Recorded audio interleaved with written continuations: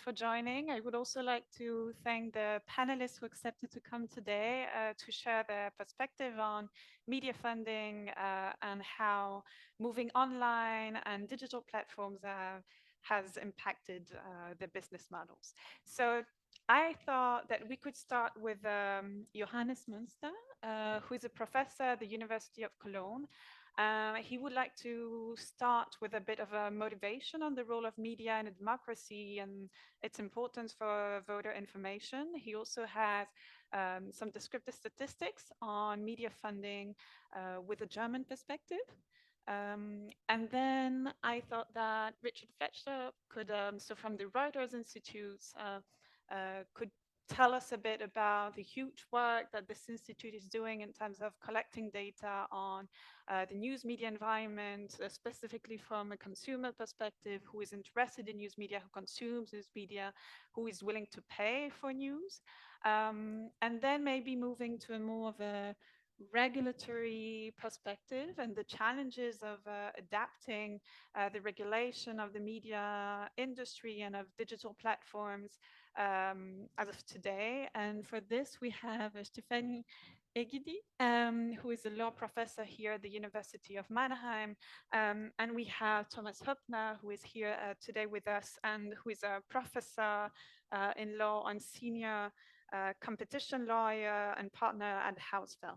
And so he will talk about one pressing issue and one recent development considering artificial intelligence and how it may impact how people consume news and whether people click on news and whether how it affects the visibility of different media outlets or news media producers.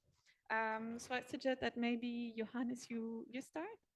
Yes, thank you very much. And also thank you to all the organizers for putting together this very nice conference and for having me on this panel. So I would like to talk about the role of the media in a democracy.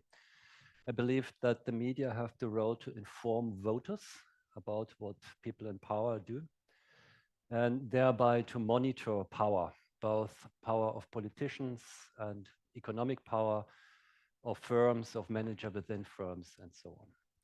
For this, the media need journalists that do actually do the monitoring and do the investigations that are necessary. And my first slide is a breakdown where journalists actually work in Germany. And so you see that this biggest bar here is journalists working in newspapers. And the second biggest is in magazines, and then the third and the fourth bar, about equal size, are for broadcasting, public broadcasting, and private broadcasting. Because of this distribution, I'll focus my talk on newspapers, right? And if you look at sources of revenue of newspapers in Germany, this is a breakdown of different sources of revenue for newspapers in Germany over time. Starting in 2009 here, we are somewhere here, and the rest is a projection, right? This is not real data. And one thing you can clearly see is that this is decreasing over time in total. And it's also interesting to look at the breakdown in these different sources of revenue. So the red part is from selling printed newspapers to the readers, right? So subscription sales. And you see this is still quite important source of revenue for newspapers. The second biggest part of revenue for newspapers is advertising revenue, again, from the printed version of the newspaper. This is this black part of the bar. You see this has been decreasing a lot over time.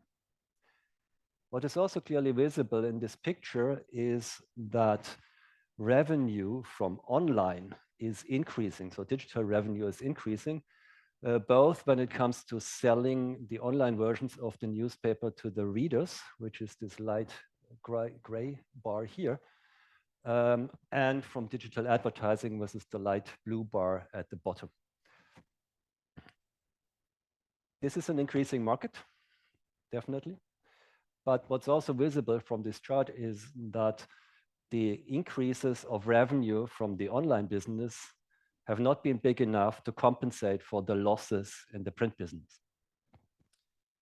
And the picture looks actually a bit more dramatic if you look at the change of circulation of daily newspapers in Germany. So this is the number of sold daily newspapers in Germany from the early 1990s, so just after reunification until today.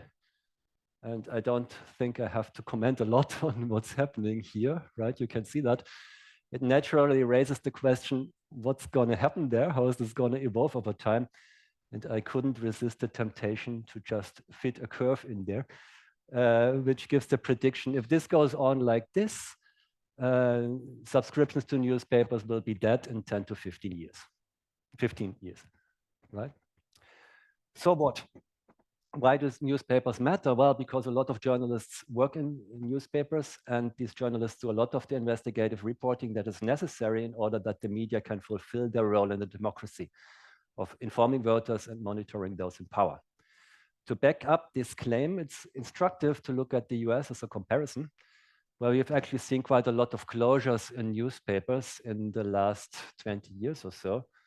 So this here compares the number of local US newspapers from 25 to 2023. According to the last State of Local News report, in this time period, the USA has lost almost a third of its newspapers and almost 2/3 of newspaper journalists. And there has actually been quite a lot of research in recent years on the consequences that these newspaper closures have. Right? And to my mind, it's pretty well established by now that newspaper closures lead to situations where voters are less well informed, where voters engage less in political actions, participate less in elections, for example, go to the voting booth less often. And we also see effects on behavior of politicians in the sense that there's an increase of corruption, which is what you would expect if you believe that the newspaper have this role of monitoring those in power. And actually, financial markets realize this as well. So the borrowing costs from municipalities that are no longer covered by local newspapers are actually increased. So the mechanism is here that the lenders understand that some of the money they lend to these municipalities may end up in the pockets of corrupt politicians, and therefore they demand higher interest rates for these lands. We also see higher agency problems within firms, which are associated with higher dividend payouts.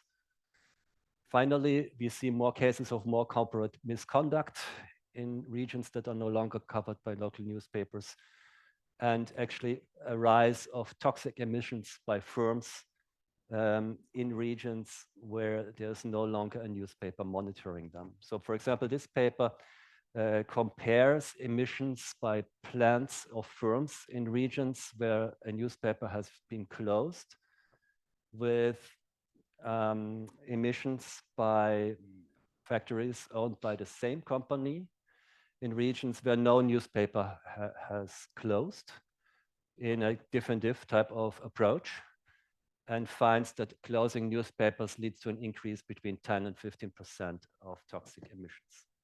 So there's some substantial evidence of these adverse consequences of newspaper closures. This leads to the question is what can be a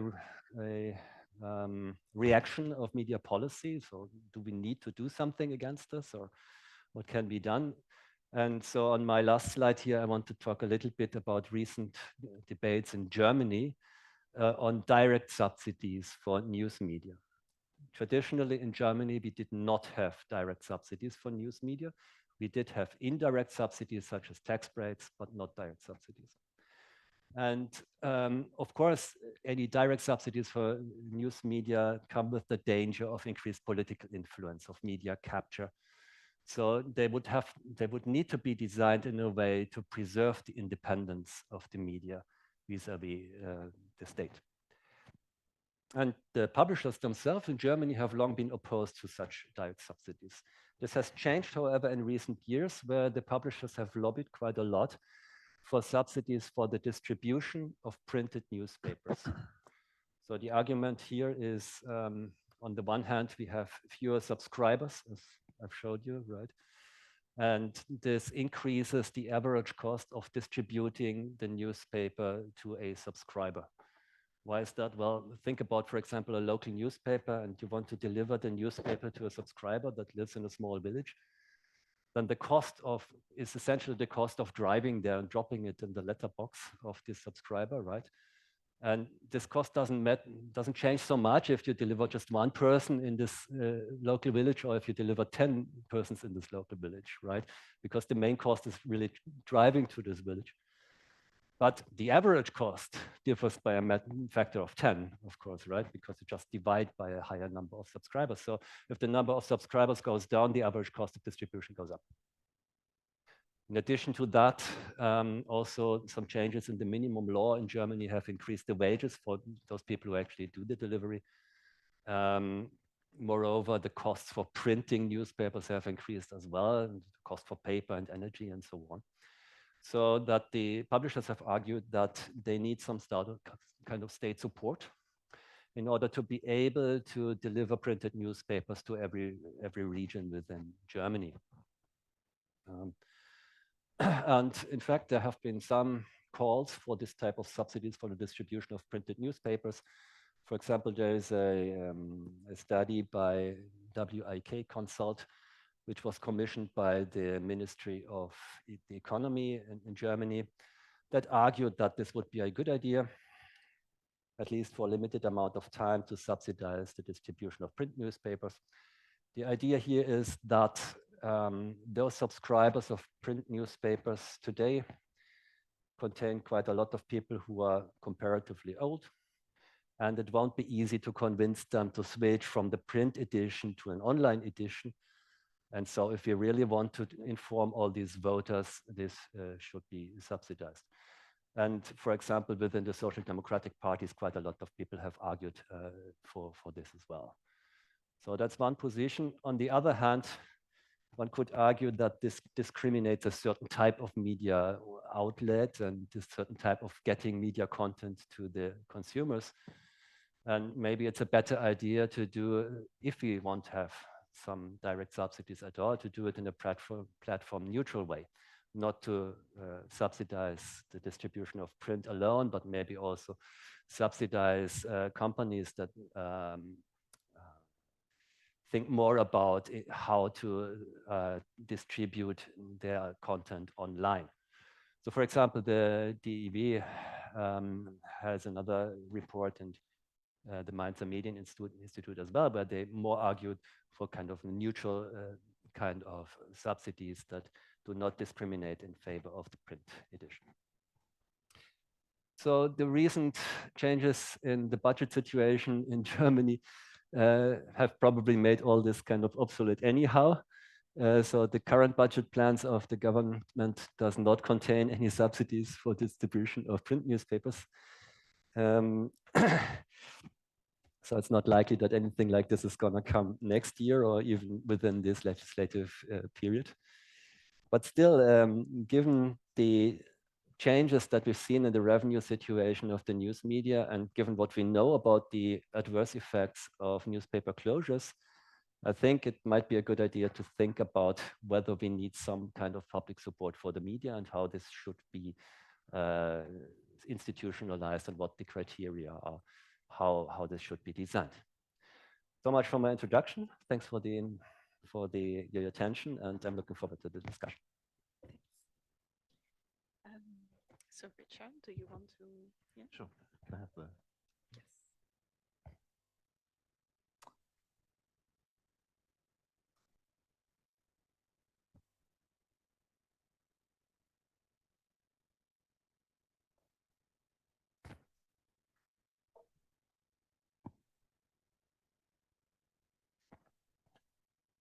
Well, good evening, everyone. I'm from the Reuters Institute for the Study of Journalism at the University of Oxford, and what I'm going to do is talk you through some of the descriptive findings from one of our main projects at the Institute called the Digital News Project. And I've picked out some of those findings because I think they tell us something about some of the challenges for media funding that we face right now. I think some of them will be very familiar to you, perhaps some of them might not be. So just a little bit about the project first, very briefly. The digital news report, which is our main output from the project, is based on an online survey across 46 different countries, where each year we've surveyed around 93,000 respondents, and we tried to have a broad geographic spread, so a lot of countries in Europe, but also the US, Latin America, Asia Pacific, and increasingly we've been able to add countries in Africa as well. You can see the countries listed here.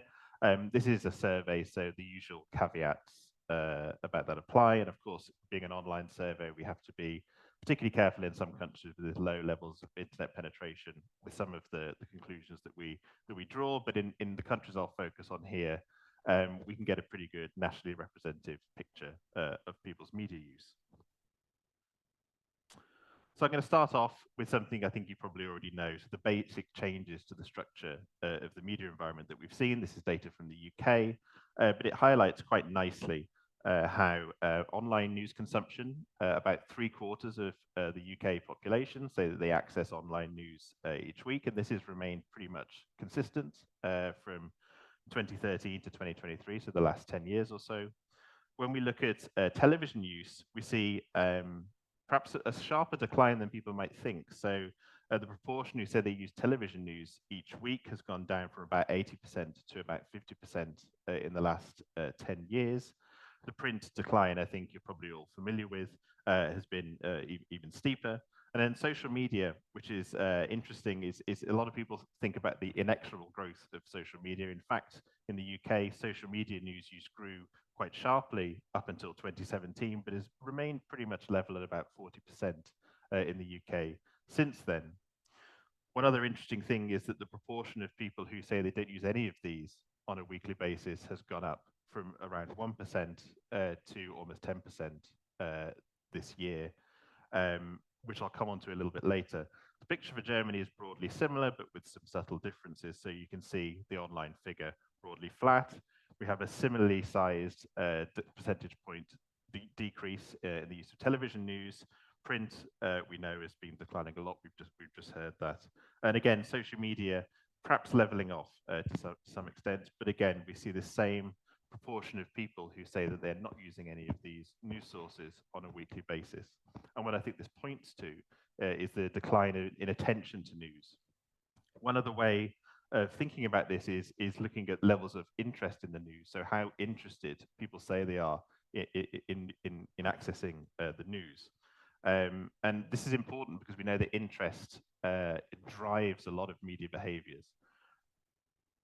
And it's actually quite striking, some of the declines we've seen, even in the last 10 years.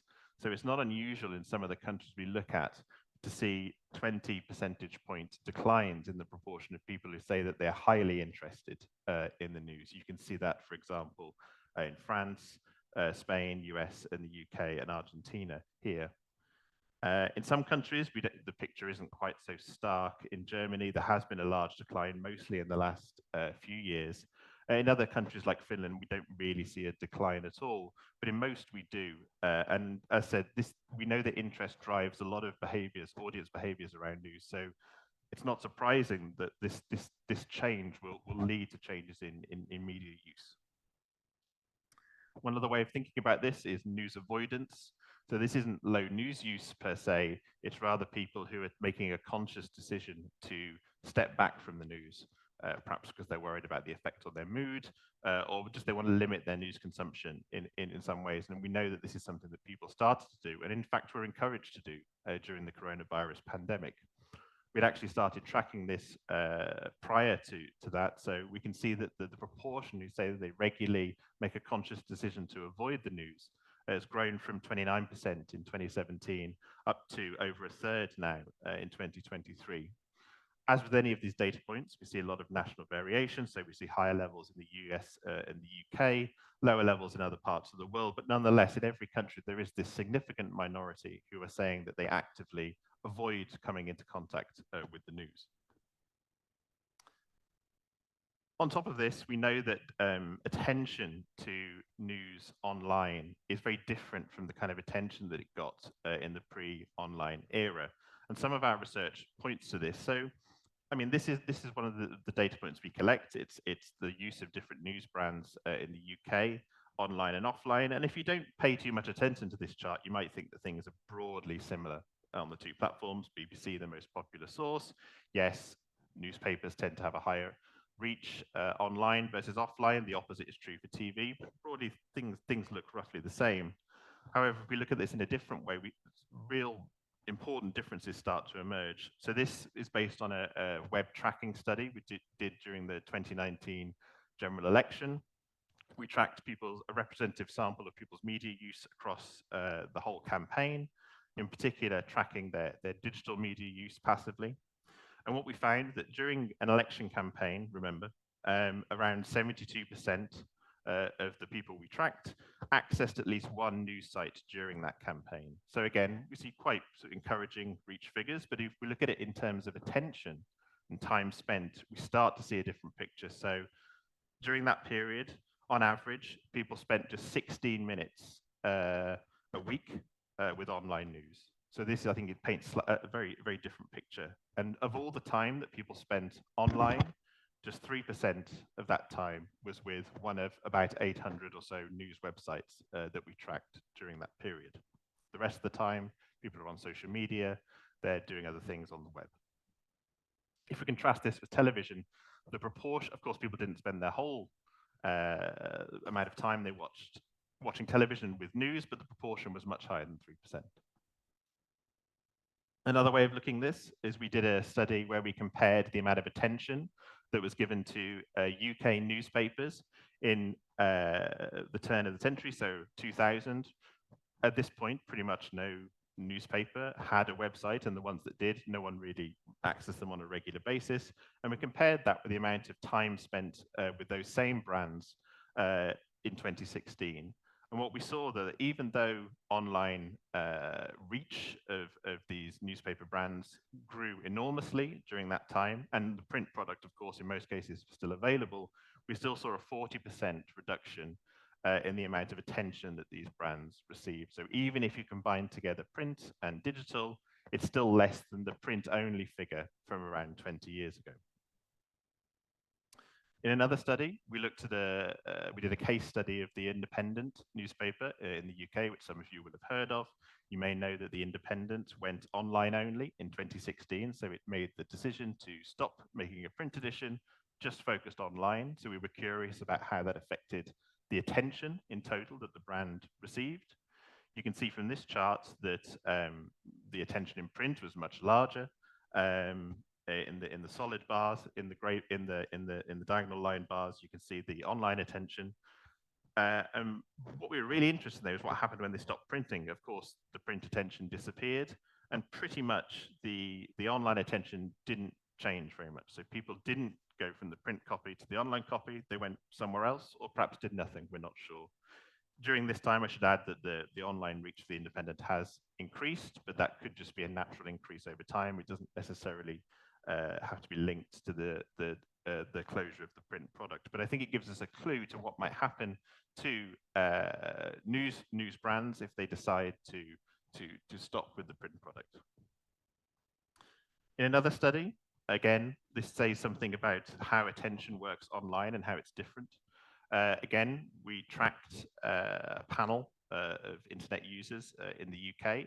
And what we did is if they went to a news story, we would know that. We would scrape the headline that we know they'd read.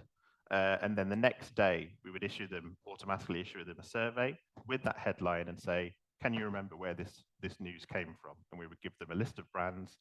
And we were interested in how often they were able to correctly identify the brand. If they went directly to that news story, they could do that about 80% of the time, which is quite encouraging. If they arrived there via a search engine or via social media, it was completely different. So just 37% of the time, people got the brand correct. If they went via a search engine, just 47% of the time on social media. And you can see also the figures there for Facebook and for Twitter. And I think this says something about the way people encounter news on platforms. It's often not intentional. People are often paying a lot of attention to what they're doing. And I think that's reflected in the ability of people to recall where their news came from. And it's no surprise, I think, that therefore this has gone hand in hand with a shift to what's called reader revenue. So asking readers to subscribe to an online product rather than relying on advertising because of the problems associated with attention that I've just talked about. And if we look at the proportion of people who say that they have paid for online news in some way in the last year, remember, it doesn't have to be a subscription, it could be a donation, etc. We have seen some slow but steady growth in most of the countries that we've tracked over time, but as we've already heard, this isn't necessarily enough to compensate for some of the declines in print revenue. And another issue, which I think is important, is that when we ask people what they're subscribing to, we tend to see a winner takes most markets. So it's not unusual, if you look at a particular country, to see one brand or two brands accounting for about 50% of online subscriptions, which of course is quite different in terms of concentration to the picture we may be used to in the pre-reader revenue era, if I can put it that way. Another issue is that this seems to be affected by changes in economic circumstances, as we might expect. So the recent cost of living crisis, we estimate, this is a very rough estimate because we don't have a huge number of people to draw on, but we roughly 40%, 30, 40% of people who currently subscribe say that they've either cancelled or renegotiated the price of their subscription in the last year.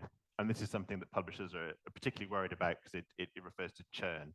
So the idea that people are taking up free trials, they're encouraged by a cheap price, but they don't really have any intention of carrying on the subscription when the price increases.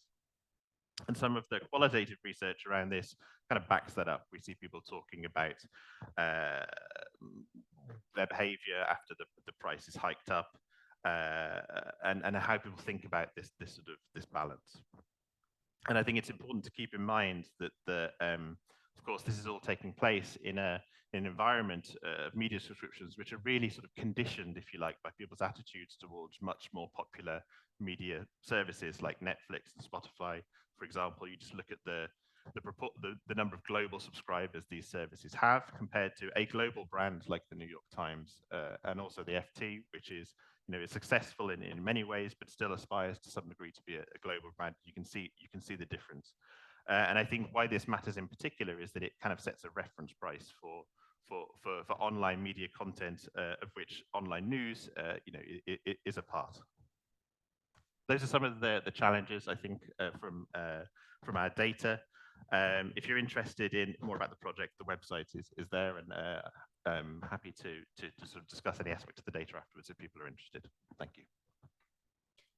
Thank you very much. Very, very interesting facts. Stefanie, would you like to talk a little bit about how to regulate those platforms that seem to drive a lot of their attention? Was it the third slot? Well, we can swap. Both work. But just because the slides are on now, and she probably finds it. Yeah, I don't have slides, but it's fine. Yeah. Go ahead. Then you can go. Yeah, all right. I mean, unless you want to go. No. No, I thought that was. I'm all good closing. Right. Thank you for the opportunity to talk about the challenges for media funding. I'm sitting here today because for many years now I've been advising and working together with press publishers, primarily in that phase of digitalization, and we went through that process from all legal angles. The previous speakers already pointed out very important figures, so I can keep a few slides that I have short. I would like to start with the status quo. We've seen that slide now for UK and for Germany. This is from Japan. Very similar development, so it's a global phenomenon. Subscriptions, print subscriptions go down, sales go down, revenues go down also from advertising in a way as a consequence of that. And the online advertising is nowhere near compensating that. Here you can see that as the small blue pillars that haven't even increased significantly. So in Japan, it really halved the subscription, the circulation of magazines, very similar to what we've seen here. Now, I find it interesting to then look where did the money ultimately go. So this is showing you the relation of advertising spendings globally. Where did the funds ultimately go to? And while in the year 2000, we see that combined newspapers and magazines gained some 65% of the global advertising spendings, it's now down to something like 25% because companies spend more on digital platforms, all of which you know with clear concentrated markets in the hand of a few.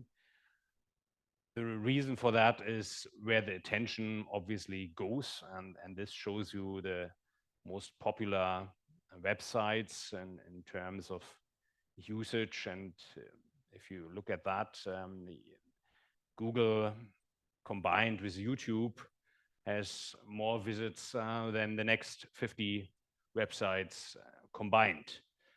And then you've got obviously Facebook and Twitter and so on and so forth. So in a recent book of a media scientist, Martin Andre, he estimates that in a few years, really the classical media will play no significant role anymore. And he talks about basically the internet being a graveyard for most companies, because basically 98% of attention is combined in the hands of a handful of firms. Unfortunately, we cannot rely on subscriptions either. So now that advertising is not really the big profit drive anymore, because this is even for video here, there's so much free content online, basically advertising funded, that if you then try to compete with those on a subscription-based model, users simply won't find you as attractive, because obviously they then have to pay, and it's much more convenient for them if advertisers pay the bill. So subscriptions are not that promising. Also, if we look at the general development, there's a clear tendency towards more advertising-based platforms and videos in this particular scenario. So more content is then funded by advertising, but just in the hands of a few large firms.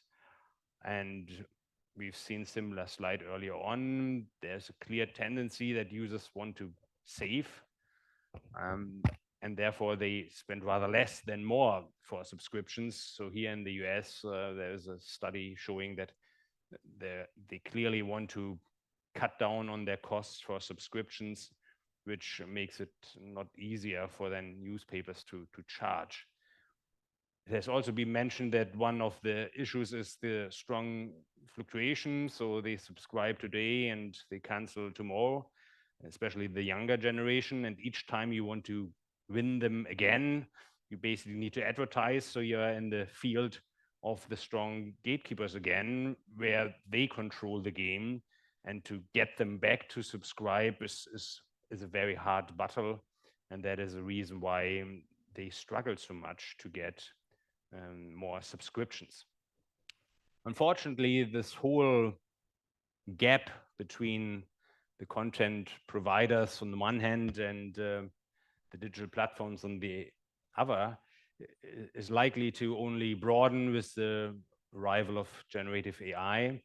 Now you will all know about ChatGPT, and if we look at what it had been trained with, it's pretty clear it had been trained with leading news and media sites. So if these GPT-based systems can do something, then it's really to produce convincing news articles or content that reads like original news. Studies have confirmed that. So generative AI can produce very convincing content that goes down as news, and people will find it nearly impossible to distinguish between AI and human-generated text. And they even find AI-generated text more convincing than human text. So it was only kind of a matter of time then that the first purely AI-based news portal came out. It called itself NewsGPT, the world's first AI-generated news, delivered directly to your inbox. No reporters, no fake news. So basically, reporters are fake news. So AI is more trustworthy. That's their selling point. They generate their own images, and they basically scrape the web for original articles, then put generative AI on it to reword the article and put the same content then in different words and sell it as their own content. You will not find then links to the original. You will not find any revenues for the original article. It may not even be mentioned in these platforms, but they themselves advertise themselves, whereas basically the ultimate weapon against fake news, because again, AI would be much more reliable because there are no humans involved that could, in theory, make mistakes.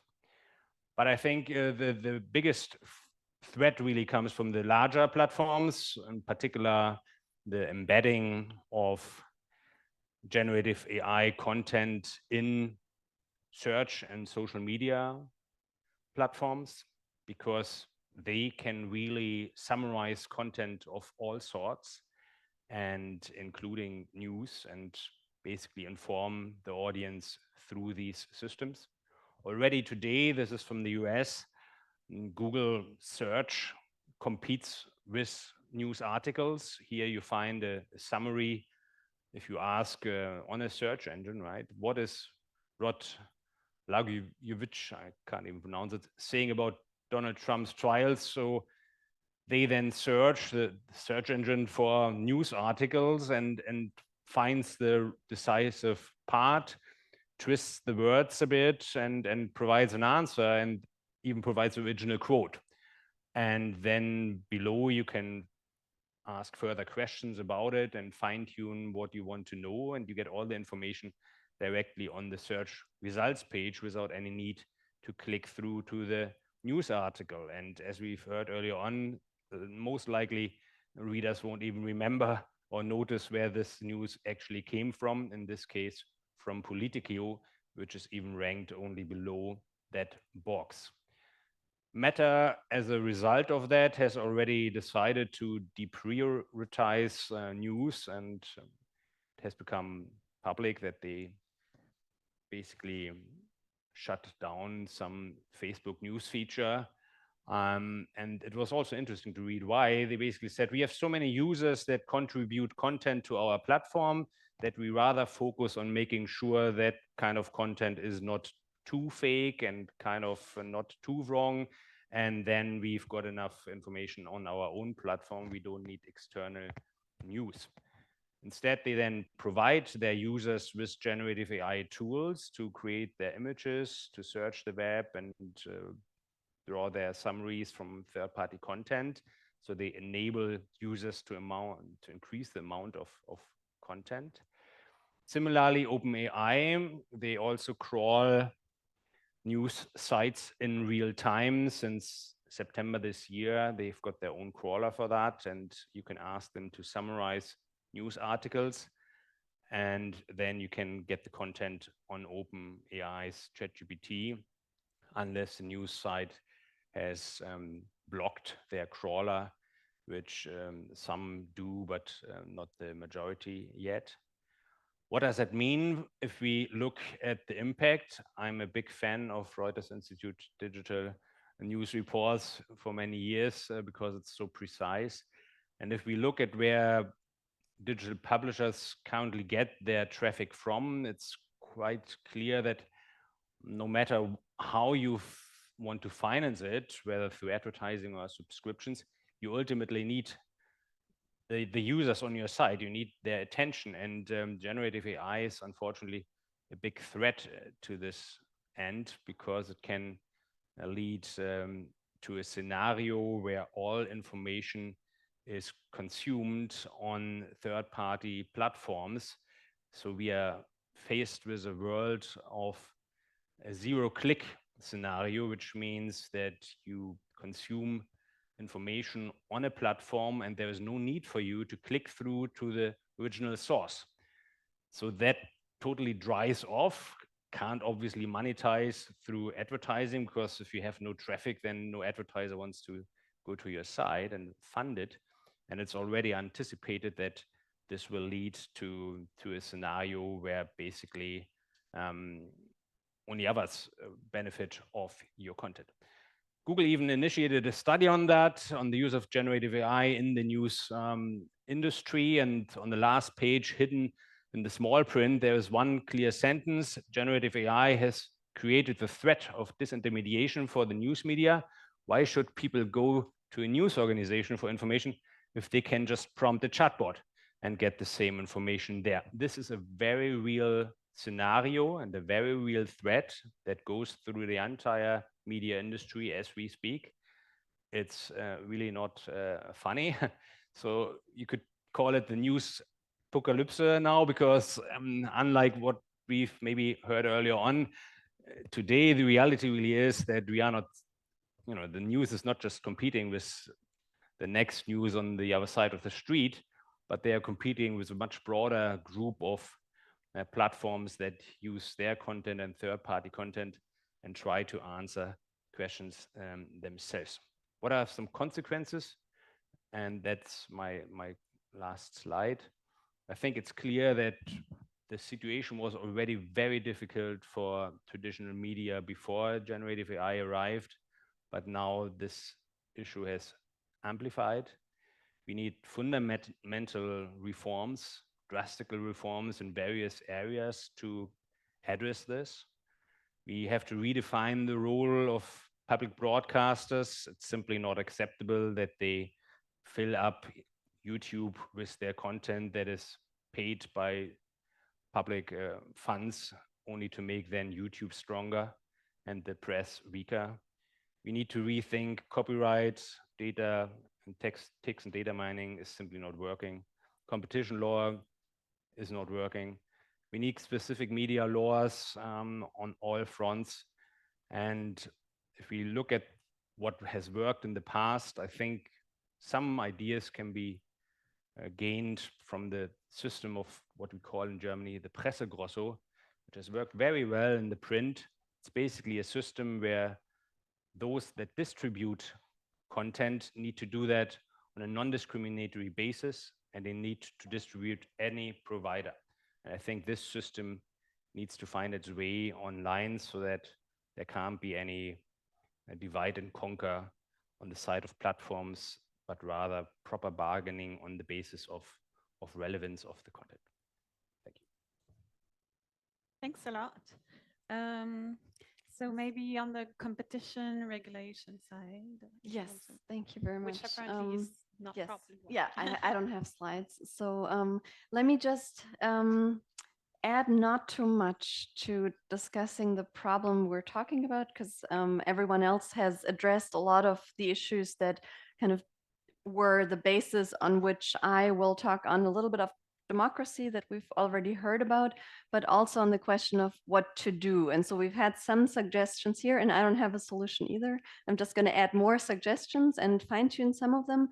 But one thing I want to emphasize to begin with is something that follows from what we've just heard about the role of the platforms and adding AI to it makes it even more complex, but the issue of personalization of content through the content curation algorithms that basically are designed, we've heard some changes designed to attract attention, to keep people on the platform, and then have some decisions, for example, to prioritize generative content, to maybe deprioritize news content.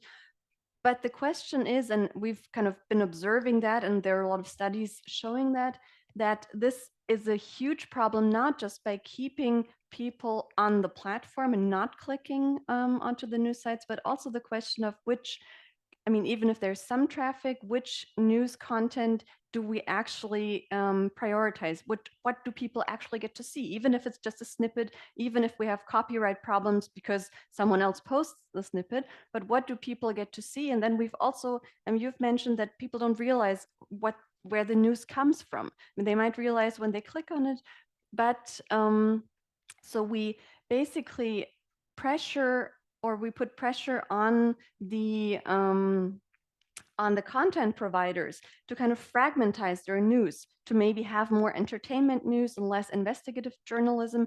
We depersonalize the branding. So people see it on the platforms, but they don't go to one website to kind of get the package deal of having some entertainment and having some investigative news.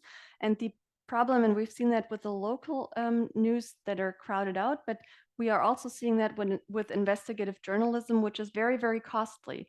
And so far, oftentimes, we've basically cross-subsidized that within the ecosystem of content providers by having both entertainment content and investigative journalism. And so now we're basically de-incentivizing the provision of quality journalism, whatever that's supposed to mean, but basically high in cost and also high in democratic value. Because if we then, so I'm a public lawyer looking at this from the principle of democracy, where, and you've pointed that out, where the role of information is crucial for democracy. So if we believe in lending legitimacy to public institutions in periodical elections, then it's crucial for us to be able to some extent, hold people in power accountable to either what they promised or how they abused power or didn't. And of course, the early promises of the internet to give civil society that tool have really not panned out. And so basically we're relying on paid for journalists to provide that public good. And it used to be that we could exclude, and so I'm saying public good because it's non-rivalrous in consumption, but also we used to be able to exclude people who are not subscribers from having that content, but that's not possible anymore if we look at the AI kind of generation from headlines that are crawled on the web, that are reformulated. And so basically we have, if the news is out there, maybe there's some advance notice, but then again, that doesn't really lead to revenue of the content providers who actually produced the quality content. And so that leads to the problem that we kind of want to solve. And, I'm kind of relating basically to everything that has just been said. And the question is, what role can the law now play? And so, yeah, and we've seen attempts. I'm just going to address some attempts that have not really worked out. So we've seen some attempts to use copyright law to basically ask platforms to fulfill certain copyright duties when they reproduce news, to link to the articles, to only have little snippets. And so there's been the copyright directive of the European Union that gives a press publishers right. However, the core issue hasn't been solved. That is the market power of the digital platforms. Because ultimately, when you give press publishers right and you ask the platforms to compensate them, if the platforms have so much market power that all or a lot of the traffic is driven through them, then, well, what they did, at least in Germany, was negotiate a royalty-free license. And so that doesn't really solve the problem we're trying to address. And the same goes for antitrust law. So on the one hand, we could address the platform market power, and we do that to some extent, but we do that to an extent that doesn't help us with the issue that we just described, the impact it has on journalism, especially content journalism, which is of democratic relevance. And so the other suggestion that has been implemented in Australia and Canada, probably other countries that I don't know of, but at least these two, is to go from a different perspective, not address the market power of the digital platforms, but allow in well, an exemption to antitrust law allow the content providers to get together and negotiate deals with the platforms. But then again, this also runs into the same problems as I described with the copyright, that basically the market power of the providers ultimately, I mean, they don't depend on news. I mean, they deprioritize news. They have people with, I mean, we've seen the issues that people seem not to be interested in consuming news. And so the platforms don't need to broadcast news in order to keep people on the platform and happy. And so the question then is, what are alternative approaches and what is discussed in the literature? And so one thing is funding. And so we've heard the suggestion of kind of offering funds, which, I mean, we have tax subsidies to some extent. We have had in the budget, which I agree, that's, I mean, that's not going to happen for like a little bit longer now. We've had in the budget the potential for subsidies. However, of course, in Germany, the German legislature would have to decide on like a statute on how to allocate these funds. And ultimately, it didn't come to pass. And, you know, people, I mean, lobbyists and the legislature couldn't find a way on how to allocate those funds in accordance with the kind of independence of the press.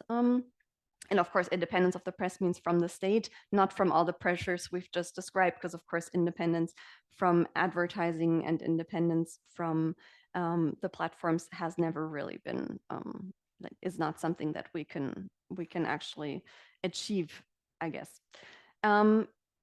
So one thing that has been discussed with regards to the funding is not using public funds, but allowing for a legal framework to use crowdfunding to actually get resources from civil society. And of course, we have that already with patronage and donations. And the idea would now be, wouldn't it be possible to get the funds from civil society that then basically like crowdfunding in other areas would work, but under a regulatory system that has independent of the press in mind, that has fostering democratically relevant quality journalism in mind, but we don't have these regulatory frameworks. So of course, people could get together and crowdfund a project, but there is no overarching incentivization or steering mechanism. We could think of tax breaks to realize that, for example, for people who put their funds for that kind of crowdfunding. But so that's one idea. Another thing that is addressed in the European Media Freedom Act, which we have as a proposal right now, and I think we're going to hear more about tomorrow, that was getting everyone at the same table and having a structured dialogue. But again, here the same problems that I've addressed earlier with regard to the market power would probably pan out. And so one current proposal might have mechanisms in place which would actually address what I said in the beginning, and that is the proposal on advertising, on political advertising, and it addresses the targeting of political advertising and the amplification of political advertising. And so the content shouldn't concern us because we're not talking about political advertising, and that does not address the content provision.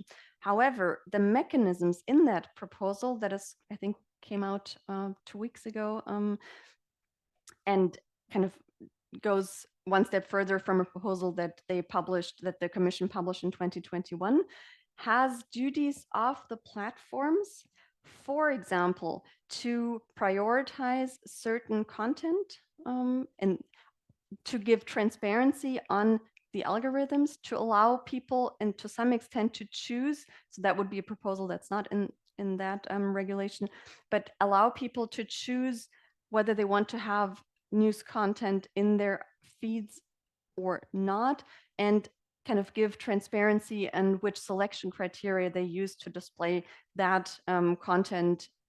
Because I mean, a lot of the times we know not very much about how these personalized feeds play out, and also what is problematic in a democracy. We don't know who sees what. So we don't even know if people elect or if people vote on the same information basis, because your feeds all look different. They look different from mine, and you might have very different political information, investigative journalism on your feeds than other people do. And so addressing that and creating transparency in that regard, I think might be something that is possible. However, of course, it imposes fairly intense obligations on the digital platforms with regard to their content curation systems.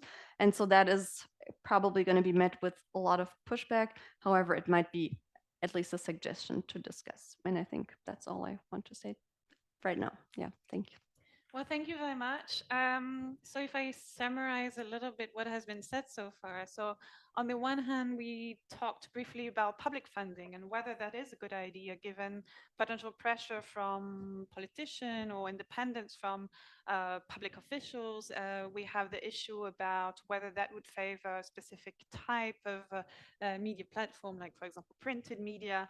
Then we also have media funding in the form of subscription revenue, with the idea that that might only be feasible from people who are more well off, and that might only benefit a very small set of media outlets, which you may wonder whether that would impact pluralism down the line and how many news outlets you would have in the end. Then there's a huge issue about media platform and the erosion of media brands, with platform obfuscating the provenance or the origin of news, and which potentially decreases the traffic of just consumers on those media outlets' websites. And then we had also a bit of a discussion about AI further obfuscating the origin of news and reaping the benefit of content providers without compensating them for providing that. We had a little bit of discussion on what is prioritized on those platforms and whether that prioritizes more soft news or entertaining news to keep people engaged, or whether that pushes media outlets to engage in investigative journalism. So basically the answer was more the former than the latter, clearly. So maybe it's good news that people have such great opportunities to entertain themselves such that they are not interested in news anymore. But on the one hand, it's very concerning in terms of the quality or just even the quantity of news that people are exposed to. So from there, maybe we could, so there were already a bit of solutions or propositions that were laid out, but maybe if you want to get an opportunity to give your view on what should be done, a bit further, or potential solutions of what you, if you have interesting case studies in mind, or just if you want to reply to other comments that have been made. So I don't know if someone would like to start or has a particular idea in mind. Not particularly. Or we could also take questions from the room. Oh, yeah. I mean, I can maybe sort of try to kick things off. I mean, I think I'm currently working as part of a committee for the Council of Europe, where we're trying to produce a document that gathers together all of the different sort of approaches to media funding, or sort of revenue streams, if you like, that we've seen across Europe in the last sort of 20 years or so. And that's been an interesting exercise. It shows there's no shortage of ideas out there, but the whole process has made it very clear that firstly, things don't work everywhere. It really has to be done on a kind of market by market or country by country basis in order to find something that will work. And secondly, on that note, there is really a sort of, I think, a dearth of evidence about what does work. I think people have been very good at coming up with ideas and proposals and policies, and we've seen some of them rolled out. But when it comes to actually assessing their impact, and of course it's not easy, but when it comes to that, I think we're kind of in the dark a bit about what works well. So thank you very much, Martin, for the question. So basically, it is about the pros and cons of generative AI. You might have some pros if it saves on costs, for example, summarizing some speeches, which may or may not be done in a more effective way, cost-effective way, maybe less bias, maybe better summaries. But it may not be a good substitute for all kinds of journalism. So you encourage to look at specific kinds of journalism, like, for example, good editorials or investigative journalism, and to have a bit of more of a case-by-case or differentiated approach to what news is or news content is. And so maybe you want to. Yeah, I mean, you asked whether you had understood the scenario correctly. So let me clarify that, because obviously I did not sufficiently point out what the issue here is.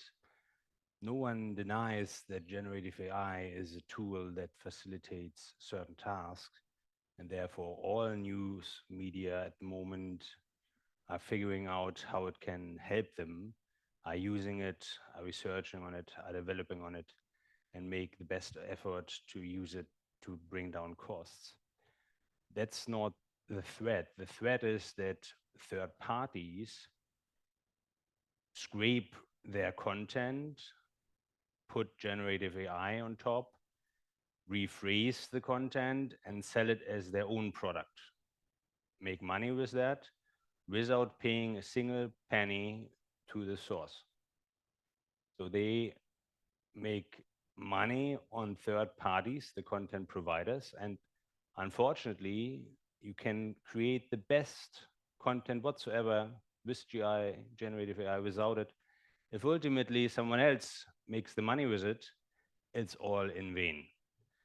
So therefore, I don't see a contradiction there at all, because we're talking about different scenarios. One is bringing down your own costs to have more capacity for what matters more, and that's what they do. And the other thing is exploiting others without paying any licensing fees, and then saying, well, it's all kind of fair use, and there is this text and data mining, and I don't care about your destiny. And I think that's what's at stake here, and we've seen how it has worked out in the past, who wins this game and who loses. And unfortunately, that didn't play out too well, and it's not likely that it will in the future. I have a question for Johannes Münster. So you were talking about this discussion of the idea of platform neutral subsidies versus print subsidies. One could, by the way, also add that there are some subsidies for local TV broadcasters, especially here in Baden-Württemberg, but also in Bavaria. So that's also a form of direct subsidies for a specific form of broadcasting or of content, so to speak. But I would be interested in your judgment on this discussion. So if one pleads for a platform neutral subsidy, couldn't this lead to the effect that the content providers get kind of used to these subsidies? So isn't this from an economical perspective a negative effect that one should keep in mind? And against this background, isn't it the better idea then to identify where you really have a market failure and focus subsidies on these issues? So perhaps this is an economical question, at least from my legal perspective, it is one, and I would be very interested in your opinion on this. Thank you. Yes, thank you for the question. That's a well-taken question. I totally agree. We should identify where there really are market failures, and we should not subsidize companies operating in markets that work well and do what they're supposed to do. The thing is that I believe that there's reason to think that when it comes to news media, we have market failures for some of the reasons that have been not total market failure, not in the sense that there is no market at all, but in the sense that we have markets that do not work efficiently. So one reason of that is that media content has externalities, as the economists call it.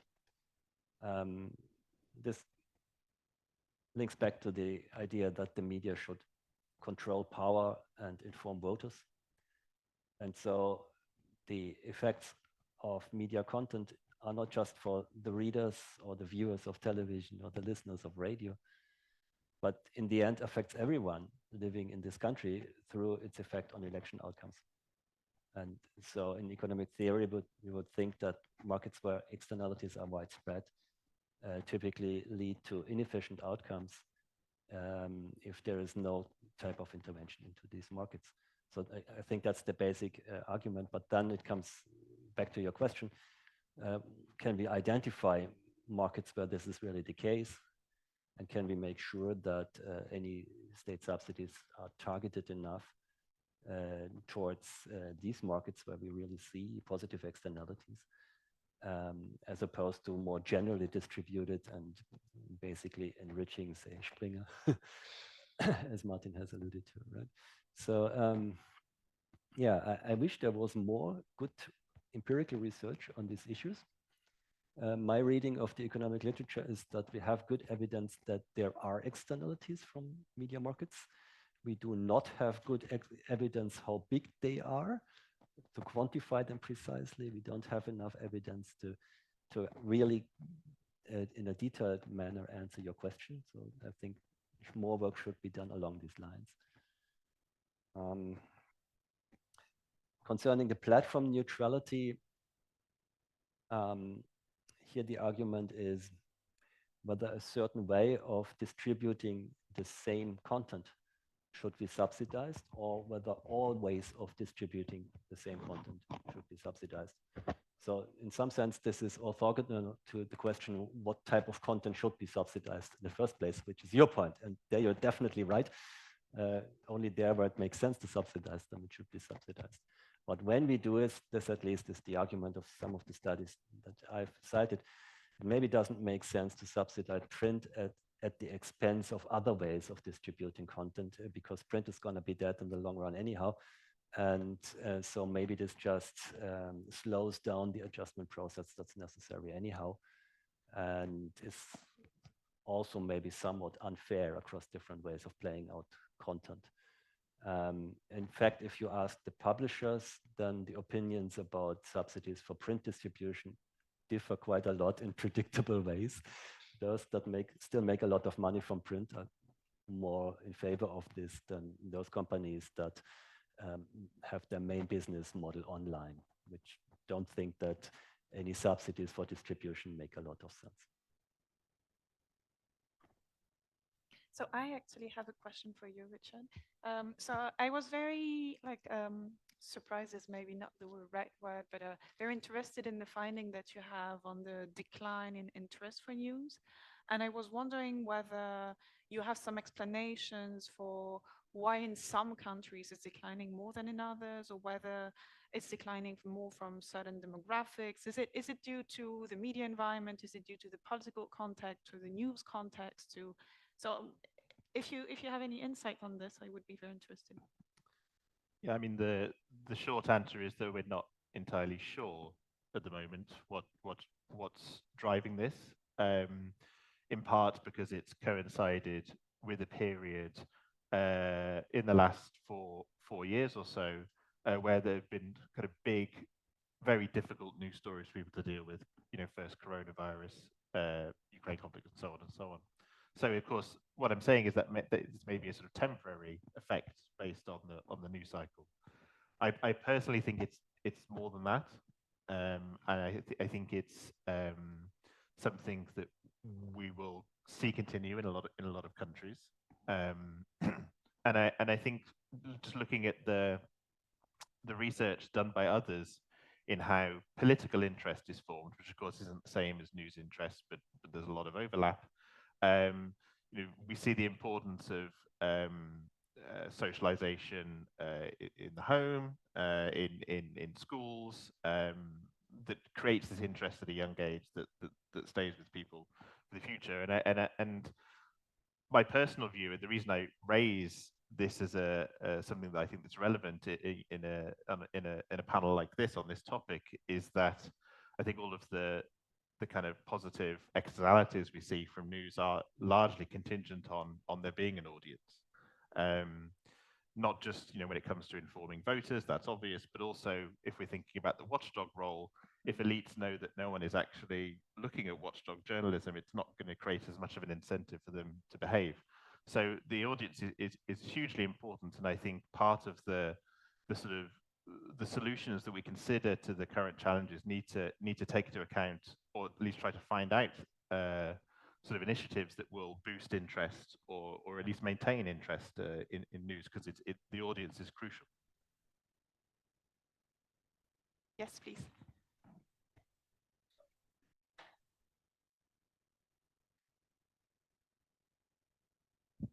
Does this work? Ah, perfect. Perhaps I have a follow-up question to this kind. The question you just asked, I was wondering if our problem is that people choose to be not interested in high quality news anymore, if it would be a viable approach to confront them with this kind of news.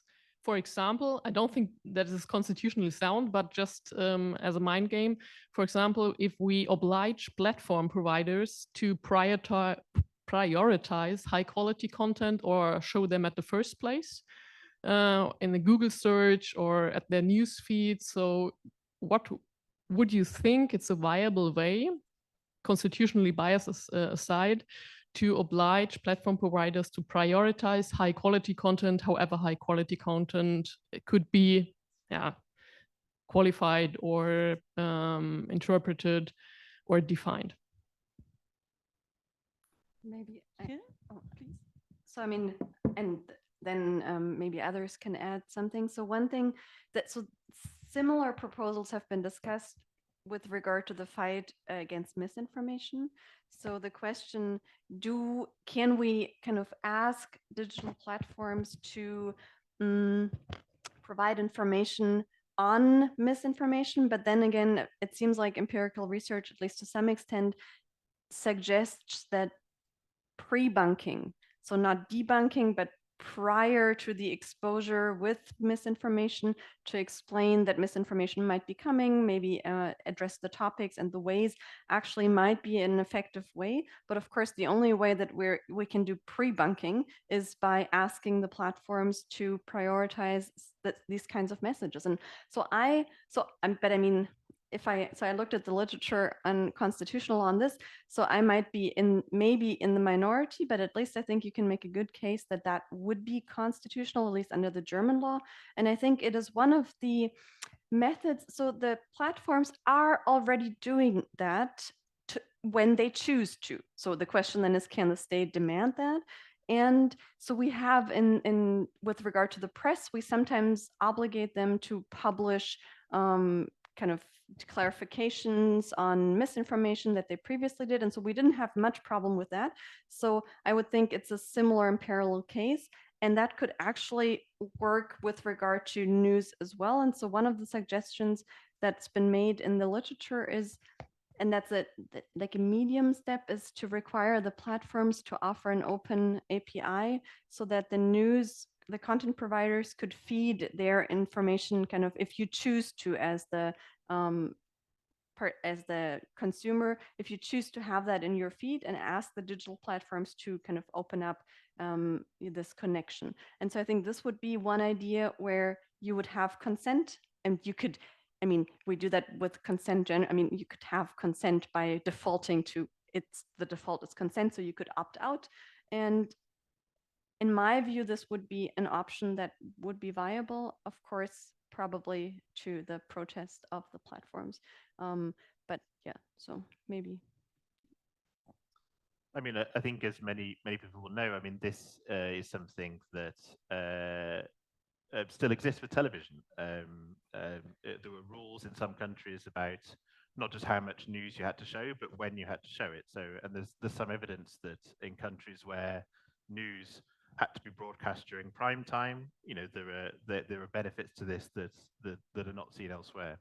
It's also, I think, worth remembering that there is some evidence of incidental news exposure on social media and other platforms. So this is where people who have typically low interest in news and are not motivated to seek out news online would nonetheless come into contact with news on social media, and this boost would be stronger for those with low political interest, for example. So leaving aside the question of whether whether it should be a requirement. This is something that did happen on social media, and it may be under threat with the decline in, or the sort of reduced prominence of news now on social media. We can probably expect this boost or this effect to be smaller as well. So,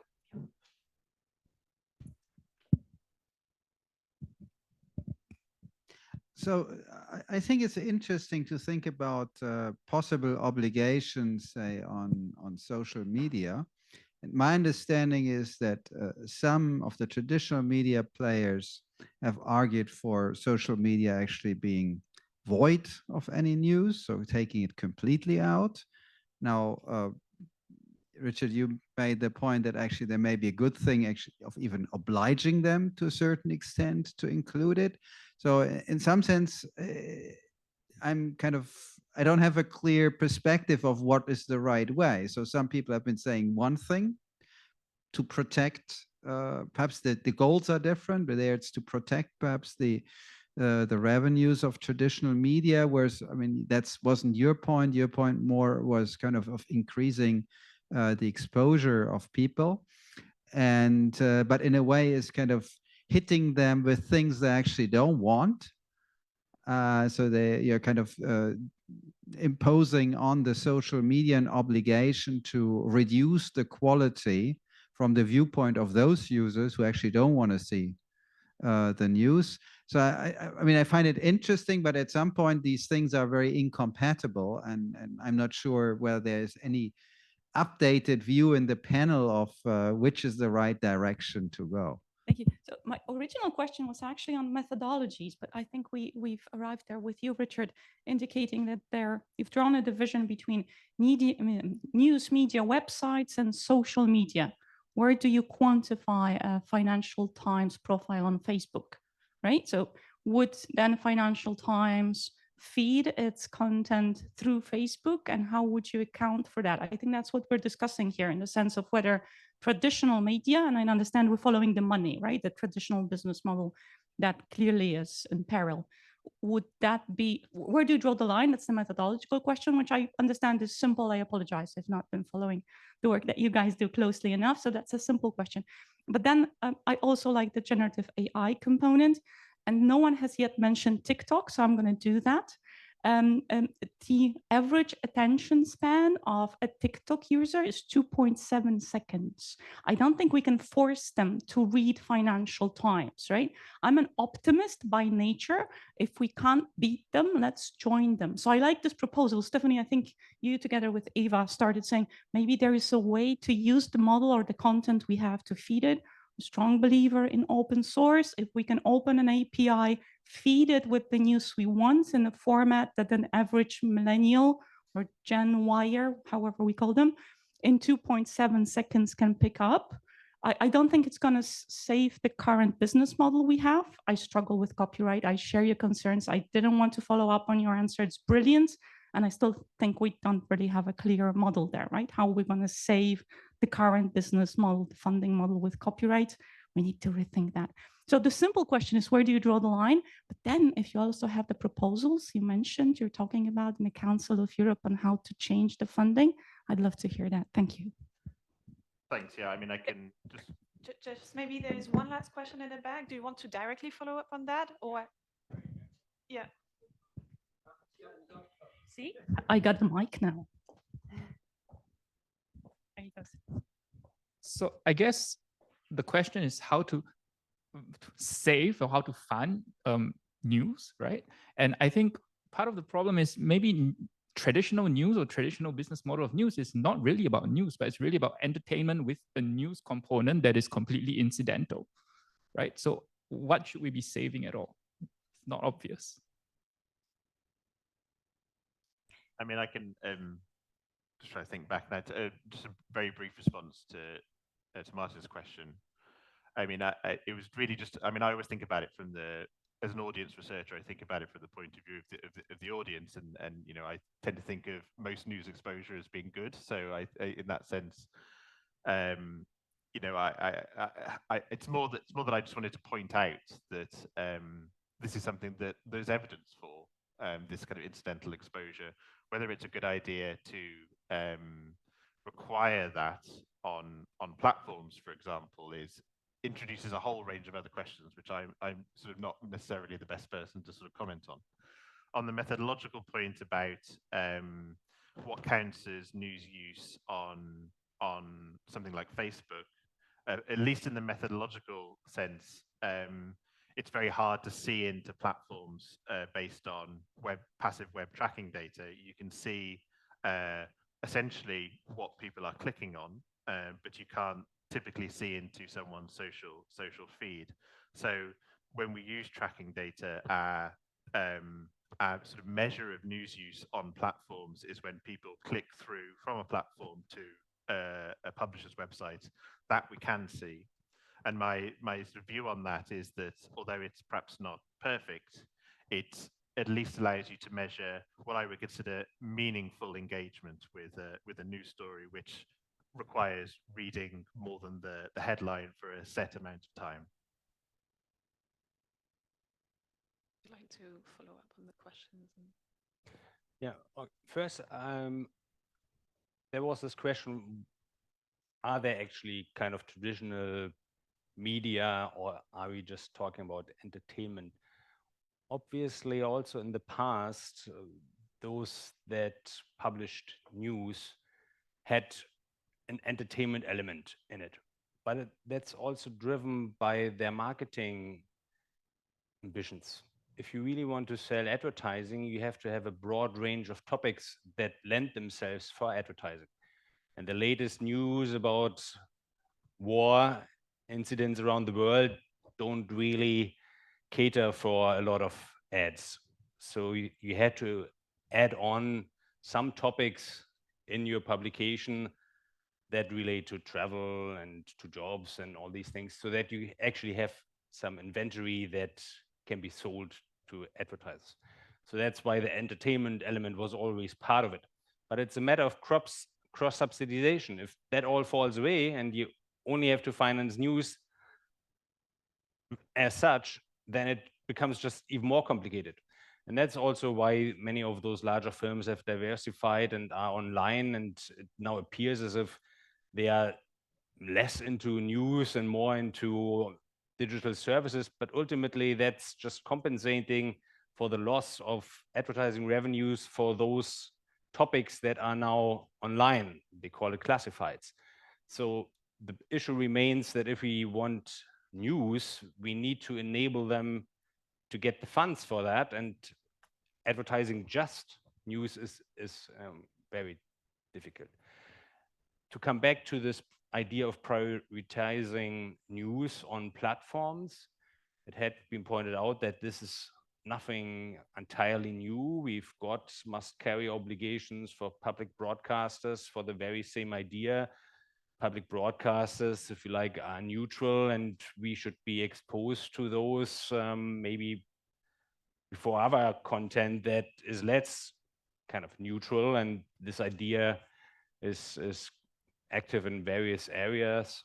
There's even some regulation in the UK where TV channels, the order of TV channels that appear, have to be in line with kind of that value, and public broadcasters should be first. So the same idea could be used here when it comes to the difference between editorial content and everything out there. And I think this is a crucial difference, because editorial content, there is editorial responsibility, and that really distinguishes the press from a blogger that has no responsibility if they write something wrong. But a press publisher, if they write something wrong, the litigation is coming next day. And that's why they are more thorough, and that's why they are more trustworthy, and that's why we need to support them. So in general, I like the idea that if you want to fight fake news and misinformation, you have to promote the real news. And a way for that would be active prioritizing. It also addresses the issue of filter bubbles. I mean, we have filter bubbles as we speak, and they will probably increase with more individualized targeting and targeting news, so that everyone lives in its own wee world and thinks that's really the reality. And how do you get these people out of that filter bubble? And if they are then single homing, just using one particular platform and nothing else, then how do you want to make sure they are ever faced with an alternative view? And the only option I see is then this active kind of obligation on the platform, get some other views into it, because we may have different opinions, but you can't have different facts. And unfortunately, that is the sad situation at the moment, that we are having alternative facts, and we need to get them, to broaden their perspectives. And therefore, the idea of kind of an obligation to promote editorial content because of its editorial responsibility is not a bad idea. Thank you very much. So I think we're already out of time. So maybe if just the panelists want to say a last word before we move on to drinks or. Yeah. Well, well, so I think one of the points made earlier is that we don't know enough empirically about the mechanisms we're proposing currently. And I think a lot of the proposals that are now circulating, so whether it's the European Media Freedom Act, whether it's the proposal on the targeting and amplification and transparency of political advertising, a lot of the times we're just trying to find solutions to problems that are ill-defined, and the mechanisms are unclear. So I think one of the chances some of the proposals create is to give us data. So if we look at the current possibilities for researchers to access the information on digital platforms, so maybe that is something, at least for the audience in the room. So we're not saving the news media, but maybe we can learn something about the mechanisms in the next couple of years, so we can actually address the problem we're talking about today better. Okay, closing words. I believe that the traditional business model of news media consisted of a lot of bundling together different types of content, both, as we've discussed, entertainment with news, but also with advertising. And in some sense, the digital challenge is the great unbundling, that this business model is just not working anymore. Plus the big market power of the big players, of the big platforms, plus the new technological possibilities. So my personal opinion is that probably we need some type of public funding for those parts of media markets where there is market failure, where there are positive externalities. I think in particular, investigative journalism is an issue here. In particular, also local media covering local politics, where the media companies are less likely to benefit from digitization and the possibilities that this opens. We also must make sure that we keep a high quality of the public discourse, that we do something against false information, against misinformation. I tend to be tentatively in favor of must-carry obligations also for the big platforms. Even though I also see Martin's point, if people don't want to see this, why should we force them to do that? But there is something to be said about byproduct consumption of news, that people, if they just happen to see, for example, the news broadcast on television, because they were sitting in front of the TV anyhow, not because they specifically wanted to watch news, they learn something about politics, and that's kind of good for the workings of democracy. It can be good. So the hope would be that such must-carry obligations for those big platforms could help in this regard as well. I also like this idea of obligatory pre-bunking on social media. In fact, from my own research with Anna Kerkhoff, who's in the back in the room, we know that tips that, for example, Facebook gives its users to distinguish false information from true information can actually really help people distinguish between false and true information. But the issue is, of course, that these tips are well hidden on Facebook, so you really have to search to find them. But that is something that's both very interesting to learn, that it might be constitutional to actually force Facebook and other big platforms to make them more visible, So that might be a good idea. And finally, taking up your point, I don't want to end with this gloomy view that digitization is all bad. I mean, I think we probably stressed the dangers of digitization, of the digital for the media because we're concerned about it. But obviously, there's lots of good things also for media markets from the digital. So let me just mention two things. So there's this whole movement of open source journalism that puts together information from social media and so on, and to find out what really happened in some stages. This would have been impossible in previous times, and it's a good source of knowledge for us. So there's a lot to be learned from that. And similarly for data journalism, right? And so also I think that media companies will learn how to use artificial intelligence to increase the quality of their products. So there are lots of opportunities here as well, but we also shouldn't overlook the dangers. Thank you. My biggest fear is that the current financial weakness of traditional media is used by strong digital platforms to influence our opinions. We've seen this tendency already. They've got the funds and they've got the technology to steer the flow of information in their own favor. They can hide critical reports, they can push more favorable reports, and they can influence politicians and the only remaining stakeholders that could possibly ever tame them, including legislators. They can do that through various means.